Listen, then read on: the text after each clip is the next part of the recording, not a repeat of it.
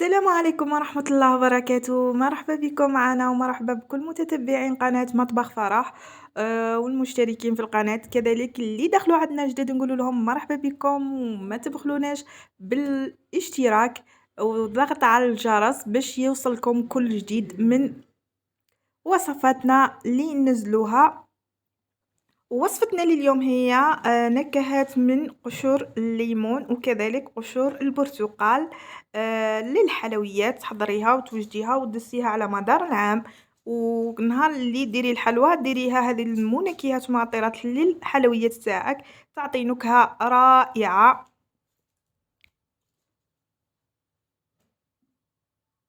كيما راكم تشاهدوا تحصلي على بودر وتخبيه. كما تشاهدوا هنا عندي كمية من الليمون والبرتقال، غسلتهم مليح ونشفتهم، وبعد ذلك نحيت القشرة الفوقانية فقط، يعني القشرة الفوقانية اللي تكون صفراء، يعني هذاك البيض منحوش، هذاك البيض نخليه خطرة، هذاك البيض فيه مرارة إلى نحيته مع القشرة. وكذلك للبرتقال، يعني نفس الطريقة اللي نقشر بها الليمون نقشر بها البرتقال. نواصل. كيما راكم تشاهدوا هنايا لازم تنحي القشره فقط الصفرة، هذيك البيضه ما تنحيهاش، البيضه فيها مراره. هاليكم نحيت هذه الكميه من الحامض او الليمون، ونرجع الان نحي كذلك القشره للبرتقال والكميه اللي بقات لي من الليمون، ونرجع لكم.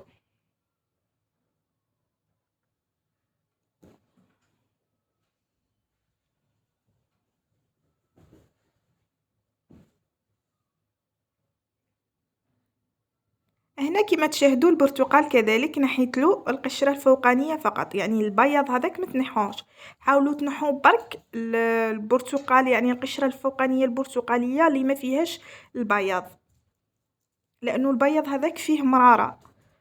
ونجفوها مده، يعني نخلوها تيبس مده يومين او 3. كما تشاهدوا ها هو يبس كامل، هذاك القشور كامل يبست مليح، لازم تكون يابسة وتجفف بهذه الطريقة.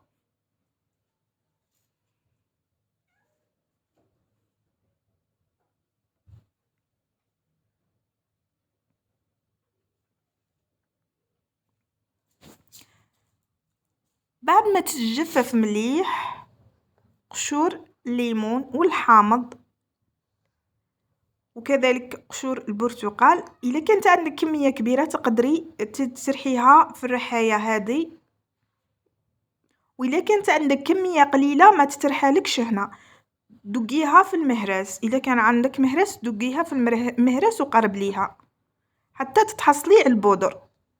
هاليكم البودر هنايا تاع البرتقال، واش نقول لكم، رائحه تاعها روعه، يعني رائحه البرتقال ورائحه الليمون يعني اكيد تعرفوها،